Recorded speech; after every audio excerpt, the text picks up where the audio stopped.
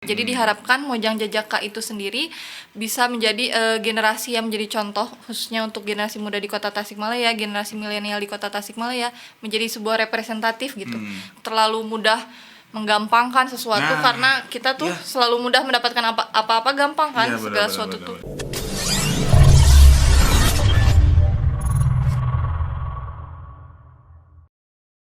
Bismillahirrahmanirrahim. Assalamualaikum warahmatullahi wabarakatuh. Waalaikumsalam warahmatullahi wabarakatuh. Salam, Om Swastiastu, nama budaya, salam kebajikan bagi kita semua. Sampurasun. Rampes. Salam rahayu, rahayu, rahayu. Ya, teman-teman, kita kembali lagi di EduPods episode yang selanjutnya. Nah, sekarang tamunya agak berbeda nih, teman-teman nih. Agak lebih bercahaya gitu ya. Lebih bening gitu ya. Tamu kita kali ini, narasumber kita ini yaitu dari Mojang Jajaka, Kota Tasikmalaya. Ya. Dan boleh memperkenalkan diri? Siap. Assalamualaikum warahmatullahi wabarakatuh. Waalaikumsalam warahmatullahi wabarakatuh. Sampurasun. Rampes. Halo teman-teman dari EduPods, ya betul ya. EduPods. Perkenalkan, saya Gina Azhar, Gina Azhar. Mojang Kota Tasikmalaya tahun 2021. Jadi hari ini saya mewakili Paguyuban Mojang Jajaka Kota Tasikmalaya ini di podcast bernama EduPods ya. Iya, EduPods. Salam kenal, kebetulan saya juga mahasiswa Universitas Siliwangi, jurusan akuntansi angkatan 2018. Berarti sekarang masih aktif ya? Masih aktif, betul. Lagi nyusun skripsi? Iya, lagi bergelut dengan skripsi. Wah, lagi tugas akhir nih. Tuh. Lagi penelitian, banyak penelitian berarti. Banyak penelitian. Oke, semangat ya, semangat. Siap. Nah, tadi ya Paguyuban Mojang Jajaka. Betul. Nah, Mojang Jajaka itu apa sih sebenarnya teh? Dan fungsinya itu seperti apa? Nah, Mojang Jajaka itu sendiri sebenarnya suatu wadah ya untuk para generasi muda yang ada di Kota Tasikmalaya dalam mengembangkan bakat dan bidangnya, khususnya di masalah ekonomi kreatif dan pariwisata. Oke. Nah, karena kita di bawah dari Dinas Pariwisata itu sendiri, Dispora Budpar, Dispora Budpar kalau di Kota Tasikmalaya. Budpar. Ya, jadi ada Dinas Pariwisata, Pemuda, Budaya dan Olahraga. Jadi kita di bawah itu ada menyangkut budaya juga, menyangkut pariwisata juga. Jadi diharapkan Mojang Jajaka itu sendiri bisa menjadi generasi yang menjadi contoh, khususnya untuk generasi muda di Kota Tasikmalaya, generasi milenial di Kota Tasikmalaya, menjadi sebuah representatif gitu. Karena rata-rata anggota dari Paguyuban Mojang Jajaka itu berbagai memiliki passion yang beda-beda. Ada yang dalam bidang seni, ada yang dalam bidang pariwisata, ada yang juga aktif di akademis. Nah, itu sendiri kita kembangkan di suatu wadah yang bernama Paguyuban. Karena Paguyuban itu nggak cuma angkatan aku aja, tapi ada angkatan-angkatan sebelumnya di mana itu jadi sebuah organisasi juga. Oke, jadi lebih menangin ekonomi kreatif. Iya, dan pariwisata budaya. Lebih ke kayak semacam model, icon sih, icon. Kalau model kan mungkin hanya sebatas menunjukkan penampilan aja ya. Kalau icon kita juga turut terlibat dalam beberapa gerakan, beberapa kegiatan sosial seperti itu. Jadi kalau misalnya di bidang pariwisatanya mengenalkan wisata Tasikmalaya nih. Betul, Tasikmalaya kita mengangkat isu pariwisata di Kota Tasik. Oke. Dan ekonomi kreatif gitu. Iya. Jadi misalnya nge-branding. Nah, betul, nge-branding Kota Tasikmalaya itu sendiri. Oke. Fungsinya kurang lebih seperti itu. Iya, kurang lebih seperti itu. Sekarang Teteh itu masih dikatakan muda ya, gitu ya. Muda nanggung, muda menuju tua. Angkatan 2018 masih muda. Beda 1 tahun. Beda 1 tahun, aman ya. Masih generasi milenial. Masih generasi milenial. milenial. Saya juga masih di bawah usia Teteh. Iya, siap. Sebenarnya. Ya. Santai aja. Ya, muda. Nah, pandangan Teteh mengenai pemuda milenial di masa sekarang seperti apa? Kita lihat kan ini di masa sekarang itu di mana teknologi ini sangat berkembang pesat sekali di negara ini, di bangsa ini, di mana sekarang kita lihatlah di setiap tongkrongan itu pasti yang datang ke tempat ngopi ya atau kafe itu kan pasti mana mungkin nggak ada yang nggak bawa ya, HP, semuanya megang gadget. Nah, sering gitu kan, karena itu kita terlena gitu dengan gadget. Nah, gimana pandangannya di generasi milenial zaman sekarang? Nah, itu benar banget karena semua generasi milenial bohong, nggak ada yang nggak punya gadget. Yes. Apalagi semenjak pandemi kemarin pasti itu jadi alasan, kan ini kuliahnya daring, online, kemana-mana harus bawa handphone, kemana-mana harus bawa gadget. Sebetulnya kalau kita mencari sudut pandang positifnya banyak ya. Iya. Kayak salah satunya kan ini, kayak dulu mungkin kegiatan seperti kan harus seminar secara offline, tapi sekarang kita bisa bikin podcast, Iya, bisa iya, iya. didengerin jauh lebih banyak orang juga. Bahkan melalui gadget itu banyak juga lahir-lahir orang kreatif kan. Iya. Salah satunya waktu itu, waktu kegiatan Mojang Jajaka juga kami bikin reels Instagram atau mungkin bikin konten-konten. Nah, ketika hal tersebut digunakan untuk hal positif, ya sangat bagus, Iya. kayak memicu orang-orang khususnya generasi milenial ini untuk tambah kreatif, tambah menggunakan teknologi itu untuk suatu hal yang bagus gitu. Kayak misalnya bisa juga mempromosikan pariwisata, mempromosikan juga kampus juga kan, bahkan bisa dijangkau oleh lebih banyak orang. Tapi di satu sisi kebanyakannya mungkin yang kita generasi milenial itu mempergunakan gadget itu untuk hal-hal yang kurang optimal lah, kayak misalnya cuman main game aja atau cuman ya udah scroll media sosial aja Iya, tanpa iya. ada maknanya atau feedbacknya tuh buat kita apa gitu kan. Iya, benar. Kalau cuman main media sosial doang atau cuma scroll TikTok doang, tapi Oke, kita oke. nggak ada benefitnya buat diri kita ataupun orang lain sih, sayang banget. Sayang banget kalau kita nggak memanfaatin Nah ya. betul. Apalagi kan sekarang dari sosial media kita bisa menghasilkan Iya, banyak cuannya gitu cuan, ibaratnya betul. ya. Jadi gimana kita mengolah kreativitas Iya. kita ya, antara Nah. gadget itu ngabisin uang kita atau justru Kita gadget yang itu yang kita menghasil. dapat uang dari Iya. gadget itu gitu. Sepakat gak sih Teh kalau misalnya di zaman dahulu ya, bukan zaman dulu, zaman Beberapa sebelum tahun, 10 tahun ke belakang lah 10 ya tahun ke mungkin. belakang, sebelum adanya gadget ya, sebelum adanya internet, ada orang tua kita terdahulu kan untuk mendapatkan ilmu pengetahuan, untuk mendapatkan akses itu kan dia tuh berada di suatu titik dengan tekanan yang sangat luar biasa, di Iya. mana kita itu dipaksa untuk melek gitu ya, untuk mengetahui pengetahuan, untuk bisa bertahan hidup ya secaranya, Iya. survival gitu kan. Itu harus mendapatkan informasi itu dengan cara main ke pasar, beli koran, beli buku. Betul.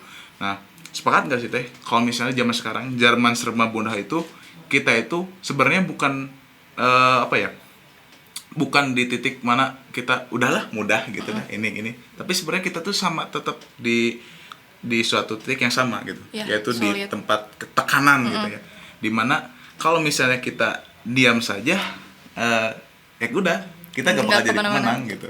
Sama dulu juga kita kan, sepakat gak sih soal Sepakat. seperti itu? Setuju banget. Mungkin di zaman dulu tuh karena kesulitan dalam mencari informasi ya. Nah. Nah, kalau sekarang itu justru kesulitan kita bertahan antara tergerus informasi atau kita justru ke bawah teknologi itu menjadi seseorang pribadi yang lebih baik. Nah, Ya, itu sih ya. yang lebih sulit sebenarnya. Kalau zaman dulu mungkin tantangannya ketika kita when you willing to learn pasti kayak ada jalannya kan. Ya, Kayak kalau zaman dulu tuh seseorang yang pengen belajar, pengen mencari ilmu tuh dia akan tetap berusaha. Nah, kalau sekarang justru mungkin semua generasi milenial pun ada keinginan, tapi kan ketika kita ada yang bisa tergerus oleh zaman tuh ke hal-hal yang negatif atau ke dalam hal yang positif. Dan ketika kita diem aja di generasi yang sekarang gitu, nggak mau ikut perubahan, stuck gitu-gitu aja, ya kita nggak akan maju. Sama halnya kayak mungkin kegiatan hari ini, ketika BEM itu sendiri tetap pengen gaya jadul, yaitu kayak seminar-seminar aja atau kegiatan-kegiatan secara offline aja, kita nggak akan maju. Tapi ketika kita berusaha ngikutin zaman dimana lagi musim podcast atau bikin-bikin konten, itu kan kita berarti udah mengikuti alur zaman. Itu benar banget, setuju. Malahan saya selalu berpikir bahwasanya zaman sekarang itu adalah zaman tersulit untuk Betul. melawan diri kita sendiri. Nah itu justru yang sulit itu Bukan melawan keadaan ya. bukan melawan keadaan, bukan melawan yang orang lain, tapi justru melawan diri kita sendiri yang paling keadaan diri ya. susah. Yang paling susah itu. Terkadang dengan kemudahan kita sering menganggap bahwasanya udahlah mudah ya. Iya, karena ketika kita diberikan banyak kemudahan tuh justru terlena sih setiap Iya, orang tuh. bener. Nah, karena hidup tuh harus banyak tantangan. Kalau Iya. dikasih keenakan tuh pasti gitu. Makanya kenapa generasi milenial terlalu mudah menggampangkan sesuatu, Nah, karena kita tuh iya. selalu mudah mendapatkan apa-apa gampang kan, Iya, segala benar, sesuatu benar, tuh. benar. Tuh gitu. Oke, lanjut ya. Siap. Pandangan tentang kebudayaan sendiri itu bagaimana Teh? Menurut Teh? Jadi budaya itu sendiri mungkin banyak orang menganggap budaya itu hanya berbau seni ya.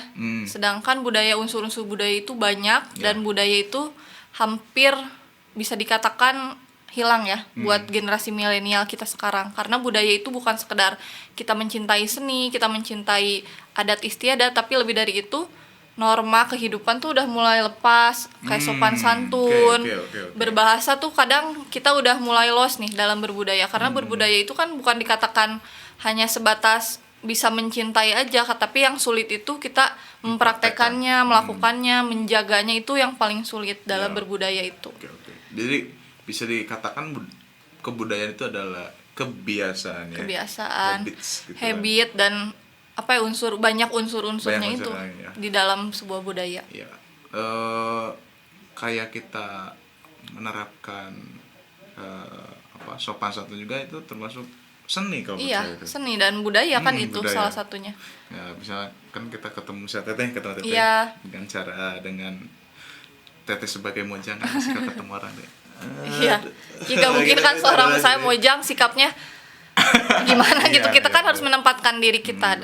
Mau meskipun misalnya kamu di bawah saya, tapi kan kita memposisikannya hari ini setara, memanusiakan manusia, itu yang sulit dalam budaya. Iya. Terus mengenai pandangan ya, apa sih pentingnya pemuda merawat dan melestarikan kebudayaan? Apakah penting? Oh, sangat penting, karena kemajuan suatu bangsa itu bisa dikatakan bagaimana generasi mudanya mempertahankan budayanya itu sendiri. Kita bisa mungkin tercerminkan dari negara-negara di luar, kenapa mereka maju. Salah satunya misalnya negara Jepang, karena ya mereka tetap mempertahankan budayanya, budaya sopan santunnya, lalu budaya-budaya seninya juga masih ada. Itu kan yang melekat di negara mereka, kenapa mereka bisa maju meskipun arus teknologi kencang di sana, tapi mereka bisa mempertahankan itu. Nah, sedangkan negara kita tuh mungkin cepat menerima arus informasi, cepat menerapkan teknologi, tapi kita nggak bisa mengkontrol dan memilah-milih gitu. Ini kira-kira yang masih bagus, dan untuk negara kita mempertahankan budaya itu kayak gimana. Kadang kita juga lupa untuk mencintai negara kita sendiri, mencintai adat istiadat budaya daerah kita sendiri. Bisa dilihat dari kota Tasikmalaya itu sendiri kan ya, maksudnya kayak kita bisa lihat aja, jarang lah generasi muda yang masih mencintai adat-adat istiadat dan budayanya, sulit. Bahkan mereka mungkin lebih suka dari negara-negara luar kayak gitu. Oke. Dengan gayanya yang Gayanya, bebas ya, gaya negara-negara bebas, liberal gitu kan. betul. Bebas sekali. Keren kayak Iya. mungkin lihat keren gitu, padahal kan negara kita juga sama lebih keren, dan keren. kota Tasikmalaya juga keren gitu. Ya tadi kan sempat dibilang gitu Iya. Jepang. Saya sangat tertarik dengan Jepang itu karena sopan santunnya. Betul. Di Jepang itu sangat diterapkan sekali ya. Nah, itu. Dari mulai dia usia dini sampai malahan sampai besar itu Iya. tetap nerap. Jadi nggak pernah hilang. Nah, kalau menurut saya gitu ya, hemat saya di Indonesia itu yang masih kurang itu adalah bagaimana kita cara kita menghargai orang. Nah, itu. Bagaimana cara kita untuk menghargai diri sendiri, dan norma-norma itu yang mulai hilang itu ya, kebudayaan itu ya. Iya, sebelum ada media sosial aja kita sulit kan menerapkan itu, apalagi sekarang arus teknologi dengan gadget tuh bahkan udah nggak ada normanya lagi. Kita menggunakan media sosial tuh kita ngejudge orang lain, atau mungkin kita mengomentari negatif terhadap orang lain. Itu kan yang bikin mulai munculnya rasa insecure dan lain-lain itu Ya, dari rasa situ. Egosentris Betul. individunya sangat tinggi sekali ya. tambah kuat. Justru mengadu domba negara kita sendiri tuh dari media sosial itu bahaya. Iya, benar sih. Mau dibatasi, tapi kita perlu dengan teknologi. Iya, nggak mungkin Mau- juga kita nggak menggunakan Iya. teknologi itu sendiri. Iya. Ya intinya mah Kembali lagi ke diri sendiri. teman-teman harus sadar lah gitu, Iya. harus bisa memanfaatkan di mana kita untuk memanfaatkan yang lebih positif lah gitu. Betul. Di mana ya untuk waktunya untuk bercanda, untuk Iya. kayak kita ini kan gitu, harus menempatkan diri Iya, ya. di mana kita berpijak, di mana kita bersikap itu penting. Iya. Di mana bumi dipijak, Nah, di itu situ langit betul. dijunjung gitu kan. Betul. Terus budaya bangsa yang cocok bagi pemuda milenial apa ya menurut Teteh? Budaya bangsa yang harus diterapkan itu udah disinggung tadi. Hmm. Yang paling utama itu attitude sih, buat Etika ya. etika. Itu sangat-sangat penting khusus untuk generasi milenial, karena sumber dari segala sumber tuh itu. Karena kita misalnya punya bakat yang bagus, kita akademisnya juga bagus, tapi ketika kita gak punya etika itu sama aja kosong sih menurut benar. saya. Jadi sepintar apapun kita, sehebat apapun kita, tapi ketika kita nggak memiliki sopan santun yang baik, etika yang baik, semuanya akan percuma gitu. Iya. karena di atas ilmu itu adalah ada adab. Nah, betul. Menurut siapa, Imam Ghazali kalau nggak salah. Ya, karena orang yang pinter di Indonesia banyak banget. Banyak. Orang yang berbakat di bidang seni, di bidang budaya juga banyak banget. Tapi yang sulit tuh itu orang yang ketika punya ilmu, dia semakin tinggi ilmunya, semakin sikapnya baik, semakin etikanya baik, itu yang sulit. Oke. Etika ini ya teman-teman harus di garis bawah nih.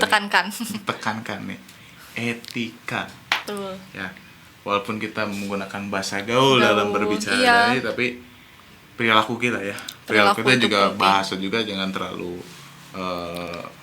ibarat kata apa ya, frontal atau apa gitu ya kan, lebih jangan terlalu nyeleneh lah, jangan terlalu frontal lah gitu ya, jangan terlalu harus bebas. bisa memfilter diri Ya. kita gitu. Ya. Dan ini terakhir ya. Siap. Harapan bagi pemuda dan budaya Indonesia. Jadi semoga saya harapkan generasi-generasi milenial dan selanjutnya lagi yang masih jauh di depan menghadapi negara yang semakin maju, negara dunia bahkan yang semakin kuat arus teknologinya ini, kita semakin bisa menjaga diri kita dan memfilter diri kita gitu. Bukan berarti kita nggak mau maju dan ketinggalan zaman, tapi di satu sisi ketika kita mengikuti arus itu, kita harus punya batasan-batasan lah dalam bersikap, dalam berbicara, dalam bergaul lah dengan sesama kayak gitu. Itu harus penting karena banyaknya itu generasi-generasi sekarang itu lebih fokus kayak mengolah hard skill mereka, tapi lupa akan pentingnya berbudaya dan beretika di lingkungan masyarakat, di lingkungan sekitar, di lingkungan kampus bahkan. Karena pastinya orang-orang di sekitar itu, apalagi orang generasi di atas kita itu melihatnya, iya generasi kalian tuh cerdas-cerdas loh, cerdas-cerdas, hebat-hebat, jauh lah sama generasi sebelumnya. Tapi di satu sisi generasi kalian tuh sangat tertinggal kalau saya bilang masalah etika, ada budaya, kan kita bisa lihat sendiri kan melalui media sosial pun seperti itu. Padahal di satu sisi ilmu yang kita dapetin tuh semakin banyak, kita bisa baca banyak artikel, banyak bacaan-bacaan positif di media sosial, tapi kadang kita lupa untuk mempraktekannya di dunia nyata kita gitu, di kehidupan sehari-hari. Bahkan dalam bergaul pun kadang kita udah lepas, nggak ada batasan gitu. Padahal yang seharusnya menjadi seorang mahasiswa apalagi harus lebih beretika, harus lebih berbudaya, karena itu kunci ketika kita bersikap baik sama orang lain, memiliki sopan santun sama orang lain, yakin Tuhan tuh akan memberikan jalan yang terbaik dan kunci-kunci kesuksesan tuh dari situ justru. Iya. Dan pada intinya jangan overthinking. Nah itu jangan overthinking, jangan terlalu banyak berharap. insecure, Ya. jangan terlalu banyak ekspektasi, mimpi tinggi boleh. Gitu. Gitu. Karena realita tidak sesuai. Nah dengan itu. Tak ekspektasi gak sesuai realita. Gimana tuh lah? Itulah pokoknya. Tapi jangan juga kita terlalu kayak rendah diri kan. Banyaknya generasi muda sekarang tuh gitu. Pesimis. Ngelihat media sosial tuh bukannya tambah improve diri, malah kayak aduh insecure lihat orang ini kayak gini, sedangkan aku masih gini-gini aja gitu. Harusnya itu kan jadi pacuan ya, kan. di kehidupan sehari-harinya. Iya, seperti itu. Kadang orang kita lihat orang lain di media sosial bahagia, seneng, belum tentu kan aslinya sebahagia itu. Bisa jadi kan itu branding diri. Karena ketika di media sosial branding, pasti personal branding yang bagus aja kan yang diliatin. Gak mungkin kita nunjukin kesedihan, kesusahan kita di media sosial gitu. Nah itu dia teman-teman. Tadi ini ada sedikit ya.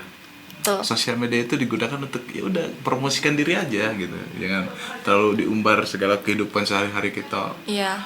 Kesedihan terus ya kebanyakan jangan mengupload kesedihan lah. Iya. Gak punya ayang di-upload gitu. Gitu. Kalau dikit upload.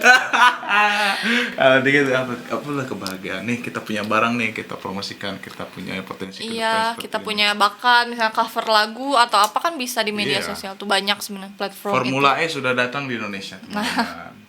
Kita mau kapan nih? Mau mulai yuk.